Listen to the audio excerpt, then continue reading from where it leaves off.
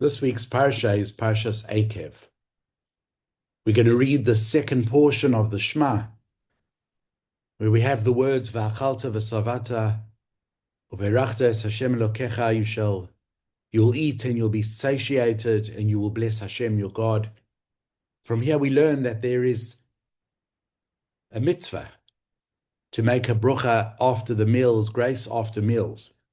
There's only one other obligatory bracha from the Torah, and that is the bracha that we make when we learn Torah.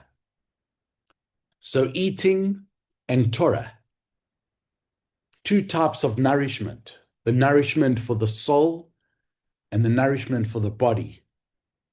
The Torah tells us for both of those, you need to make a bracha. But what's interesting is that the bracha for eating is said after the meal. But when it comes to the bracha for learning Torah, it's made before a person begins their learning.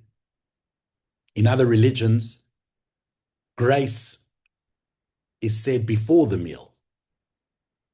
Not many religions have a bracha after the meal because it's easier to say please for something that you need and you don't have than to say thank you for something that you've gotten, because it's easy to forget once you have it that you ever needed it. Why is it that in the case of food, the Torah tells us that the bracha comes after the eating, while in the case of Torah, it's a pre-bracha?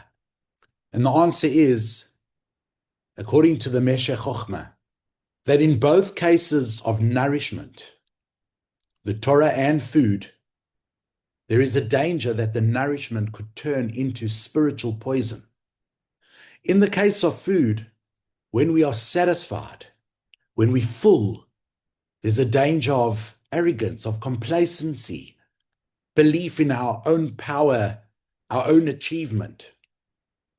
The moment of danger is at the end of the meal, and that's why the Torah commands us to say the bracha after the meal, so that we can attribute our satisfaction to Hashem. And in the case of Torah, the danger is that we study to satisfy the ego and to get kavod. And the danger is before we start to learn, when we're not sure about our motivations. And therefore we learn Torah, and the Torah humbles us. And after we finish learning, we realize how little we actually know. But because it's before the learning that we have the danger of our ego, the Torah commands us to say a bracha before we start learning, to clarify in our minds whose Torah we are studying and for what purpose we are doing so.